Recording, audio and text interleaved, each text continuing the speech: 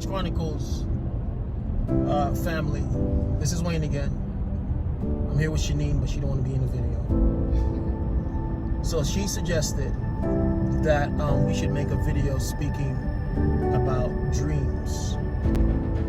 And the first thing I want to say is the reason why we have dreams is not because you ate too much pepperoni, not because you had too much jerk seasoning and your stomach was upset when you went to bed at night. We have to first understand that our human condition includes a tripartite being, meaning that we are a spirit that has a soul that lives in a body. So you're more than just a soul, you're more than just a spirit. All three parts of you makes up the human being.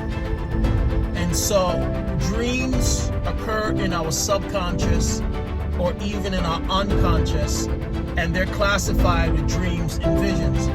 All through the scriptures, God spoke to people through dreams and visions. Open vision is where you're fully awake, but you're seen in the realm of the spirit, whether it's the future, something that is about to occur, something that has happened in the past. Now, I'm not talking about words of knowledge where God speaks to you, you hear something or you know something, but at the same time, a dream could include audio instructions. They're usually really vivid, and there is a lot of symbolism. We're going to talk about the symbolism a little bit later, but I wanted to talk about in depth about what a dream is. A dream is a communique or a communication with the spirit realm to your spirit. I'm glad we're having this conversation because it allows me to share something that happened to me not too long ago. I dreamt a couple nights ago that I was in a precarious, dangerous situation with a steel cable, and the steel cable grabbed my thumb. I barely avoided the falling object. The steel cable grabbed my thumb, and it was hurt. Do you know, when I got up this morning, that my thumb, even right now, still hurts? That lets me know that whatever the dream was about, it had a physical manifestation on my body. Sometimes we have night terrors and we have these type of dreams where we're fighting or we're in flight and you get up and you're sweating bullets, but you ain't ran nowhere.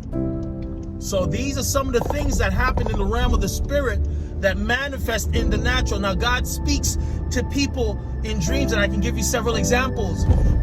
When Mary was about to experience the impregnation of Jesus by the Holy Spirit, the angel came to her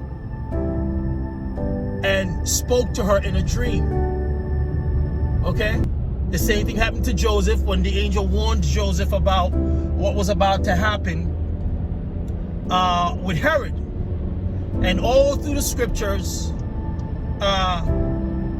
there are all these examples of dreams and visions. Now, dreams can come from the realm of the spirit, it can come from the devil, or it can come from your flesh or your subconscious. So we need to be aware of how dreams emanate. And so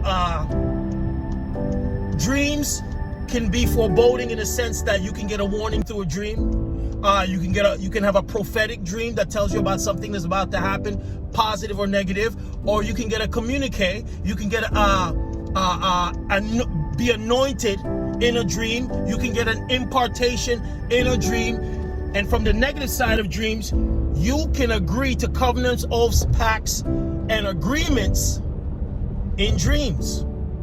A lot of times we don't know this, but the enemy uses the dream world to get us caught up in his agreement that gives him access to our lives. And why am I saying this? Because the enemy cannot interact in your life unless he has a covenant. Just like all spirits are forbidden to interact with human beings without a covenant. And this is why Jesus came as the covenant that we would have with God, so God can intervene in our lives. So the enemy tries to establish covenants, curses, pacts, oaths, and agreements through dreams. Happens a lot with its sexual dreams. You know, I used to think that I was just perverted. Listen, I'm being 100 with you guys right now. I used to think that I just had a sexual perversion. Not saying that I did or I didn't. So I was not comfortable talking about my dreams until I had the revelation that dreams, sex in dreams, enforces or establishes covenants. So it's not about perversion in the sense, it's about establishing covenant. How do we know this? When a husband and a wife get married, the marriage is not consummated unless there's intercourse, and that is where the two become one flesh. So many of us who are having sexual dreams, although it may seem like your wife or your husband, that is not your wife, that is not your husband. He at work or she laying in the bed next to you. So how could you be engaged in a sexual act with a person that is laying in the bed next to you? That's because we've been taught in the Western world not to be sensitive to the realms of the spirit and things that happen in dreams. So if you are having dreams about eating food, dead loved ones, receiving objects from dead loved ones, or having intercourse or intimacy in dreams, you are establishing, or the enemy is establishing, covenants with you. We have prophets that get information through dreams. I'm one of these people that I dream a lot. I dream things, and sometimes they come to pass. And like now, many of the things that I dreamt in 2013, I'm watching them come to pass now. So God deals with each and every single one of us in the way that He has chosen to communicate with us. I've heard audible voices of God. I've heard impressions in my spirit of God, of the enemy telling me to do things. I'll never forget this. I was standing on my porch when I lived in New York. I lived on the 11th floor. And I heard the enemy say to me, won't you jump off this balcony so you can see how many people are going to come to your funeral? What kind of craziness is that? But, you know, the enemy uses thoughts and suggestions and dreams to drop or deposit things into our spirit. Just like God will give us a prophetic message in a dream that will give us information, will give us warnings, etc.